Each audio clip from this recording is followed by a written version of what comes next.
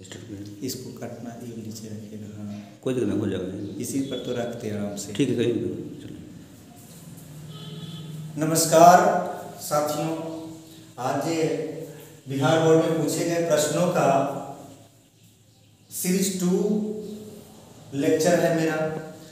आज भी देखते हैं कुछ क्वेश्चन आप लोग के सामने लेकर के आए हैं जो कि बिल्कुल बिहार बोर्ड में पूछे गए प्रश्न हैं और इनको आने की संभावना ज़्यादा है। आते हैं, एक क्वेश्चन है, पहली क्वेश्चन है सीरीज 2 का। सीरीज 2 का पहला प्रश्न है, एक आवेशित चालक की सतह के किसी बिंदु पर विद्युत क्षेत्रता होती है।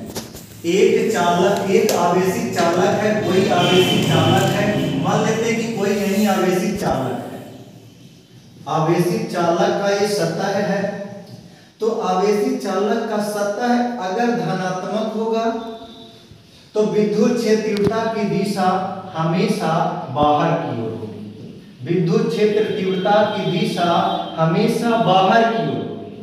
तो किसी भी पॉइंट से अगर यहाँ या यहाँ वही करा कि सतह के किसी बिंदु पर विद्युत क्षेत्र की तीव्रता होगी, तो सतह के किसी भी बिंदु पर देखेंगे तो 90 डिग्री बनाएगा, हमेशा 90 डिग्री बनाएगा, चाहे वो पॉजिटिव चार्ज हो या फिर नेगेटिव चार्ज हो। अगर नेगेटिव सतह रहता, इस तरह से नेगेटिव सतह रहता यहाँ पर, तो तीव्रता इस तरह से रहता, डायरेक्शन बदल जाता।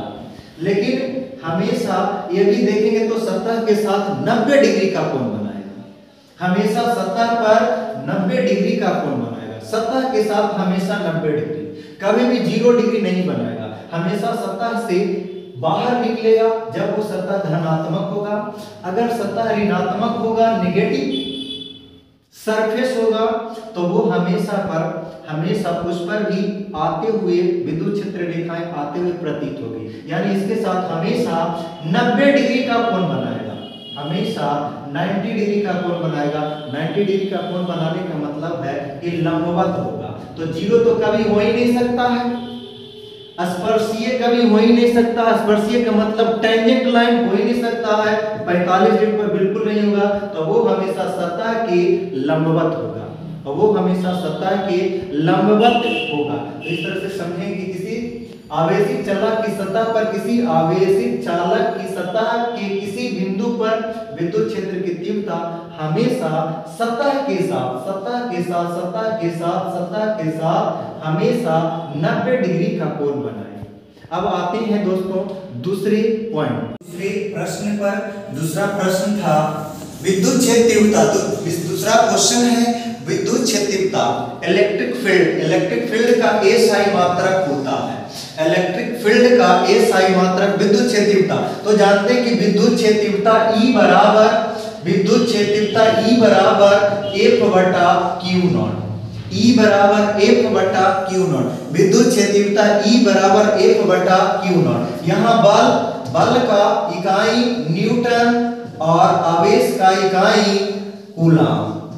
अगर ये ऑप्शन में रहता तो आसानी से टिक कर देते हैं, लेकिन यहाँ से होता ही नहीं है। देखिए आप coulomb per metre square, newton प्रति newton, coulomb ampere metre, volt प्रति मीटर, ये बिल्कुल नहीं होगा। तो यहाँ देखेंगे ये तो होगा ही नहीं, ये भी नहीं होगा, क्योंकि ये कूलम वाला है। अब ये दोनों को चेक करना है, ध्यान से समझेंगे। तो एक न्यूटन बटा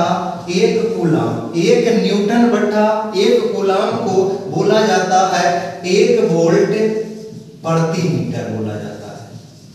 1 न्यूटन बटा 1 कूलम को 1 वोल्ट प्रति मीटर, यानी न्यूटन प्रति कूलम को ही बोला जाता है वोल्ट प्रति मीटर, यानी विद्युत क्षेत्रता का SI मात्रक हो जाएगा वोल्ट प्रति मीटर होगा। अब है दोस्तों, अब है क्वेश्चन 3। अगला कह रहा इसी से रिलेटेड है कि विद्युत क्षेत्रता E और विभव V में क्या रिलेशन है। तो एक कंसेप्ट है विभव प्रवणता का। विभव प्रवणता होता है कि विभव में ऋणात्मक परिवर्तन, ऋणात्मक बोले तो माइनस, परिवर्तन बोले तो dV, किसके सापेक्ष परिवर्तन हो रहा है? दूरी के सापेक्ष। दूरी के सापेक्ष विभव में ऋणात्मक परिवर्तन विभव प्रवणता, और विभव प्रवणता यानी यहां से E बराबर माइनस ऑफ dV बटा dr। तो ये होता है रिलेशन विद्युत क्षेत्र तीव्रता और विभव में, या विद्युत क्षेत्र E और विभव में रिलेशन होता है E बराबर माइनस dV बटा dr। E बराबर माइनस dV बटा dr। E बराबर माइनस dV बटा dr होगा। या विभव प्रवणता पूछेगा, एग्जाम में भी होता है कि विभव प्रवणता का सूत्र होता, विभव प्रवणता का सूत्र होता, या विभव प्रवणता को न्यूमेरिकली आप है लिखे, तो विभव प्रवणता तो माइनस dV बटा dr। कहीं कहीं लिखा रहेगा माइनस dV बटा dx लिखा हुआ मिल सकता है। x दूरी, यहाँ भी दूरी है, v विभव है, v विभव है, और नेगेटिव ऋणात्मक है। तो अब आते हैं प्रश्न संख्या 4। तो दोस्तों ये है क्वेश्चन नंबर 4। चौथे क्वेश्चन आते हैं जो बिल्कुल न्यूमेरिकल क्वेश्चन है और कैपेसिटर से रिलेटेड क्वेश्चन है, और इस तरह के बिहार बोर्ड में क्वेश्चन आपको देखने को 100% ये क्वेश्चन मिलेंगे, और ये क्वेश्चन आप देखें कितना बेहतर तरीका से होगा। अब देखेंगे यहाँ पर कह रहा A और B, A तथा B के बीच, A तथा B के बीच तुल्य प्रतिरोध निकालना है। A और B के बीच तुल्य धारिता, A और B के बीच तुल्य धारिता निकालना, तुल्य धारिता या कुल धारिता या प्रभावी धारिता, तीनों बोल सकता है। या तो बोल देगा C टोटल बताइए, या बोल देगा C इफेक्टिव, या बोल देगा C इक्विवेलेंट, ये C इक्विवेलेंट बताइए। तो यहां से देखिए, यहां पर तार जुड़ा हुआ है, यहां पर तार जुड़ा हुआ है, दो जगह तार जुड़ा हुआ है। तो तार जैसे ही जुड़ा जाता है, अगर दो जगह तार जुटेगा तो समझ जाएंगे कि समांतर में है। किस क्रम में है? समांतर में। यहां तार जुटा मतलब ये वाला संधारित्र अलग तार से, और ये वाला संधारित्र, ये वाला इस तार से जुड़ा हुआ है और ये वाला इस तार से, यानी ये दोनों का दोनों ये समांतर क्रम में होंगे, समांतर क्रम में होंगे, समांतर क्रम में होंगे।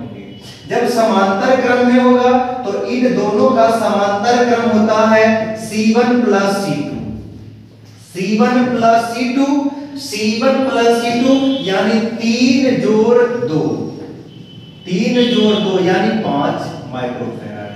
इन दोनों के बदला में एक संधारित्र आ गया 5 माइक्रोफैराड।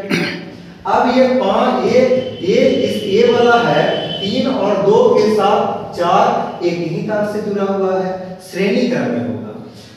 5 और ये 4, 5 और ये 4, 5 और ये 4 श्रेणी क्रम में होगा। तो 5 और 4 का श्रेणी क्रम 5 माइक्रोफैराड तथा 4 माइक्रोफैराड का श्रेणी क्रम होता है C तुल्य बराबर C1 इंटू C2 और C1 प्लस C2। तो C1 यहां हो गया, ये C1 हो जाएगा और ये हो जाएगा आपका C2। तो यहां पर लिखेंगे 5 गुना 4 और 5 जोड़ 4 बराबर 20/9 माइक्रोफैराड, 20/9 माइक्रोफैराड। तो ऑप्शन ए सही है।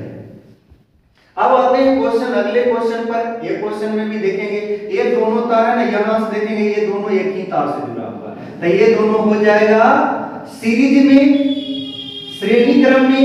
इन दोनों का सीरीज होता है 6 गुना 6 और बटा में 6 जोड़ 6 बराबर 3 माइक्रोफैराड। 6 गुना 6 36, 6 गुना 6 12, 36/12 बराबर 3 माइक्रो।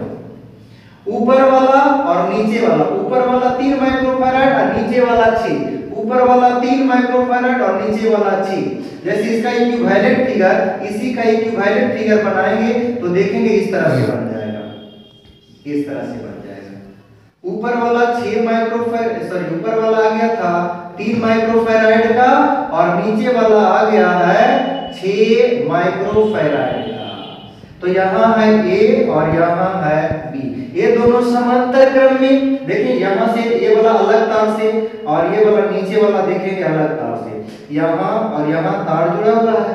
यहाँ से ऊपर वाला अलग तार से और नीचे वाला अलग तार से, यानी ये दोनों हो जाएगा समांतर क्रम में, समांतर क्रम में। तो समांतर क्रम बताया जो डायरेक्ट C1 जोड़ C2 यानी 3 जोड़ 6, 3 जोड़ 6 बराबर हो जाएगा 9 माइक्रोफैराड। 9 देखते हैं ऑप्शन में कौन सा है। ऑप्शन में देखें तो 6 ये तो होगा नहीं, ये भी नहीं होगा, आपका ऑप्शन सी सही है, सी 9 माइक्रोफैराड है। तो इस तरह से बहुत सारे संधारित्र का क्वेश्चन हम लोग बना सकते हैं। बस कंसेप्ट यही समझिए कि अगर जहां पे तार जुड़ा, तार जोड़ने से ही संधारित्र पैरेलल क्रम में जुड़े हो जाते हैं।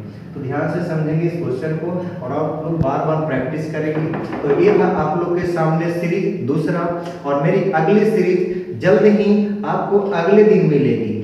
तो तब तक के लिए नमस्कार, धन्यवाद, बाय बाय।